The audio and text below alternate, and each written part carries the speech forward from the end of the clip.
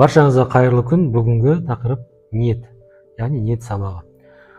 Ниет дегеніміз не? Яғни Аллах Тағала Құранда былай деп айтады: неге ниет етсеңдер, соған жетесіңдер дейді. Сондықтан кез келген адамның амалының алдында ең маңызды нәрсе, ең маңызды қадам ниет дұрыстап, ниет қою. Яғни кез келген даже құлшылықта да, құлшылық дегеніміздің жалпы расшифровкасы ең бірінші ниет, сосын әрекет. Екеуі қосылғанда құлшылыққа жатады. Сондықтан менің алдыма келетін кезде, яғни кез келген запросыңызға байланысты сіздің запросыңызбен терапия барысында жұмыс жасайтын боламыз. Бірақ ол терапияның нәтижесіне 99 әсер ететін нәрсе сіздің ниетіңіз болады.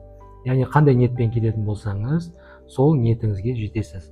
Егер де сынау мақсатында келген болсаңыз, мені тексеруге, мен кім екенін көргіңіз келмесе, қандай тәсіл жасайды екен, не істейді екен, қалай екен деген просто қызығушылық танытып келетін болсаңыз, ешқандай нәтиже алмауыңыз ықтимал. Яғни просто келіп өзіңіздің запросыңызға байланысты нәрсеңізді алып кетесіз.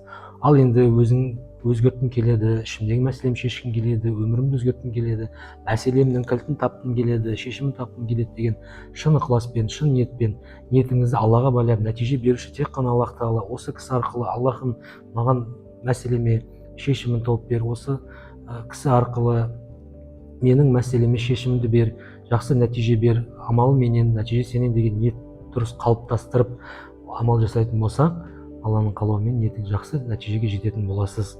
Ал енді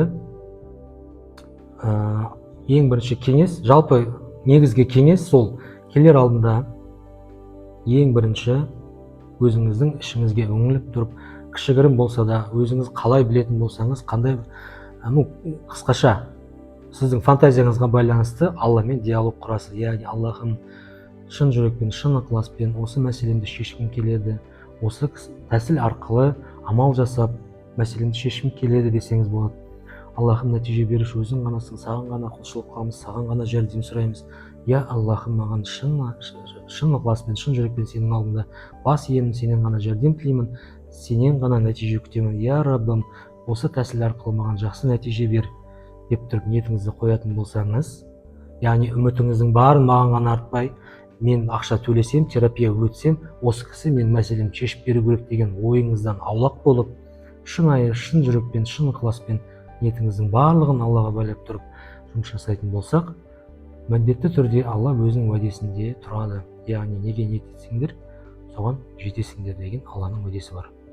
Жалпы адамның ойындағы, миындағы программалардың кесірінен белгілі бір қорқыныштарымыз болады. Сол қорқыныштарымыз басым болған сайын, ол біздің ниетіміз болып табылады. Яғни қалауымызға қарағанда қорқынышымыз көбірек болған жағдайда сол қорқыныштарымыз орындалып жатады.